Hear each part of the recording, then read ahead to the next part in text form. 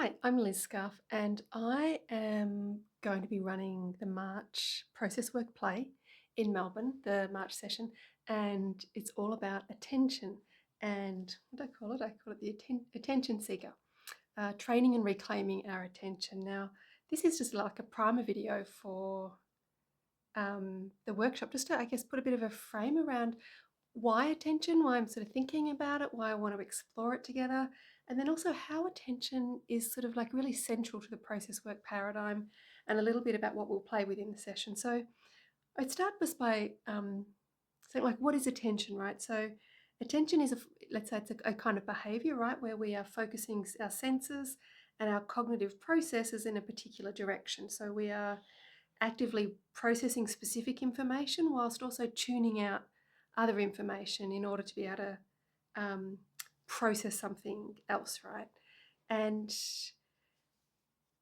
as you're probably aware of, we are in a bit of an epidemic of short attention spans and of also huge diagnoses of attention deficit hyperactivity disorder, um, which I think, it's a cultural process, right? Anyway, so attention is not necessarily like, it's not a natural human capacity, but it is technologically and historically determined. And it's a way of relating in the world, right? So before the written word, we had certain kinds of attention. Then the emergence of the written word and books changed our attention and the way we could focus. And then again, so which is, written word is a technology, right? And then again, with the emergence of television or radio, television, movies, and now internet. So again, it's changed the way we pay attention and our capacity for attention, and generally has shortened it. Well, not even generally, like significantly shortened attention spans where people struggle to read books now. And this is concerning in a lot of different ways, not just for a shortened attention span, right, but also because there's associated losses of identity and individuation formation, increased vulnerability to coercion, dependency and submissive behaviour or conduct. And there's just lots and lots of different impacts for the person psychologically, but also as a culture and as our economies, there's also huge impact. So um, I've seen it in my readings in this area about it being formed as an industrialization of consciousness too, right? So there's this way in which our very identity and consciousness processes, they've always been entangled with culture and industry and how it is we make and create value and use labor. But it's just attention is now kind of competing with labor for value, right? So about 50 odd years ago, there was the phrase the attention economy was coined. And a few ways to think about that, right? That attention is a commodity that can be traded, which of course leads to the question of, what am I trading my attention for? What are you trading your attention for? And this also just suggests that it's regulated or mediated by processes of supply and demand, right? But then we can also think about it as, how does attention create value, right? Because there's this idea that the Industrial Revolution brought value to labour, but this attention or information revolution brings value to attention. And so we have to ask, like, how does our attention create value?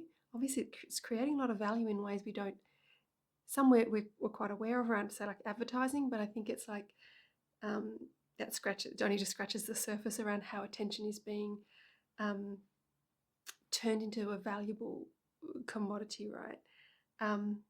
Which also leads us to these ideas that attention is a form of labour now, and which means it's regulated or mediated through processes of production and extraction. So again, how are you producing attention as a labour product? How is it being extracted from you? And how much of that is kind of by choice for you? Extraction always implies that there's not a choice.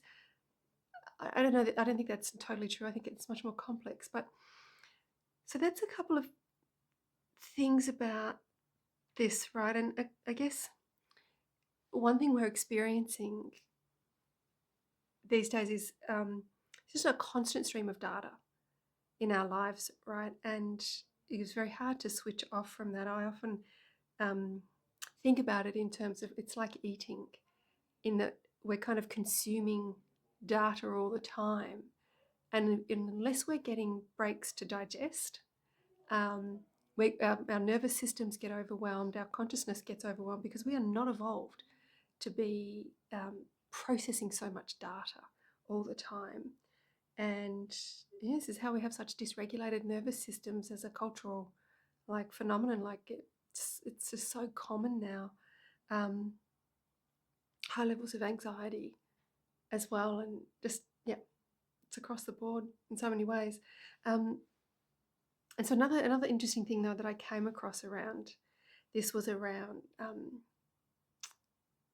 because there's so many things you can do about it, right? You can fix your attention. Actually, it's not something that's not within our own individual power. I think it can take a lot of psychological power or discipline to be able to do it, and it's a bit of a circular problem, right? Because having enough psychological power is partly connected to attention spans and mental discipline, which has been weakened in this kind of information technology era, right? So how to rebuild that, and I think it's just a bit by bit process. But one thing I came across that I think is very interesting that I really resonated with was attention restoration theory. And this theory is developed by Rachel and Stephen Kaplan. And they're looking at sort of what are the specific conditions in the environment necessary for an environment to be restorative. And then also, what is this restorative state look like? And it's been coined, and I love this term, soft fascination, or involuntary attention. I've always called it for myself unintentional thinking. Right, so I can think intentionally, and then I have unintentional thinking that happens in the shower, right? And so they define soft fascination as this internal reflective or mind wandering state. So whatever activities and places where your mind wanders without you kind of really thinking intentionally, that's actually restorative. So going for a walk without a podcast, without listening to music, or music though sometimes your mind wanders, same with podcasts, but generally stop putting data in is the key and let data digest, which is the kind of soft fascination, right? It's like consciousness, processing, making connections, filing away data that's already been taken in, right? So it's a form of, I would say, kind of mental digesting, right? So we need to do things where we're not eating more, kind of consuming more data. For me, it's like knitting, but if I knit while also watching a YouTube video about knitting, so I do a bit, it's like it's not the same as knitting without watching or listening to anything. Because in that state, right, my mind can wander a lot, especially if I don't have to pay a lot of attention to the pattern. But showers, but being in nature, it's a big one, apparently, for this attention restoration theory. Being in nature is just an easy one. And I notice this when I go walking in nature. It's like my mind just kind of wanders all over the place. And sometimes we can get critical that we're not paying attention to where we are in the moment. But maybe that comes once we've digested enough, or also maybe it's not the point. Maybe we're there for digestion. So I don't know. I think thinking about where and how does soft fascination happen for us is really important if we are thinking about how to restore our own attention spans, and not just the span, of course, but quality. So how is this all related to process work? Well, process work, different process workers will define it in different ways. One of my definitions is that it is a training in awareness, actually. That is a training in increasing our perceptual field, so increasing our capacity for observation. Now, observation is always characterized by marginalization, right? So what we can and can't see, what we will and won't see, or I say see, but observe, right? We observe in so many different ways. So partly is building the skill set to observe in lots of different ways, to maintain a capacity for observation, and expand the communication signals that we are able to perceive. Now, this marginalisation is mediated by many different things. So unconscious and identity biases, which are kind of cultural processes mostly, our own personal history, cultural norms and taboos, and attention span. If you don't have much of an attention span, it's very hard to grow your perceptual awareness. So they kind of go together quite well, I think. And in process work,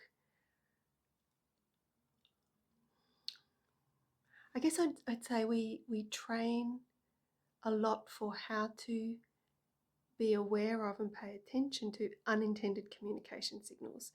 And there is a framework in it around different kinds of attention, what we call primary, secondary, third attention, or first, second, and third attention, or fourth attention as well. I'm thinking the process work play though. I'm not sure how much we'll go third and fourth attention. We're going to play around a lot with second attention, I think.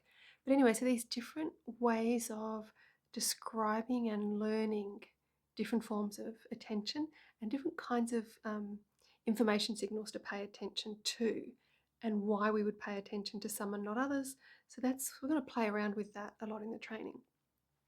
But I thought in the video I would just leave you with 4 reflective questions, because if you're watching this, it's probably because you have some kind of interest already in attention, especially because it's a long video, and we all know that in this era of short attention spans, being able to watch a video longer than 2 minutes is like it's kicking at a goal.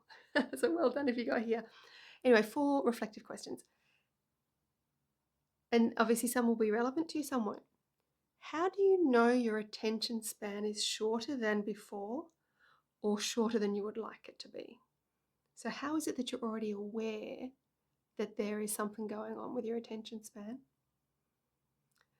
Second question, where would you like to put your attention more for longer periods of time?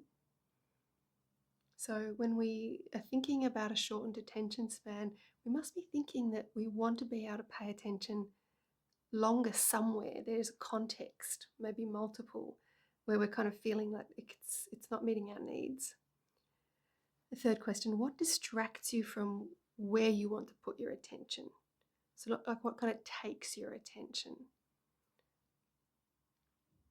And then a fourth one, what stops you from doing something about it if you haven't already?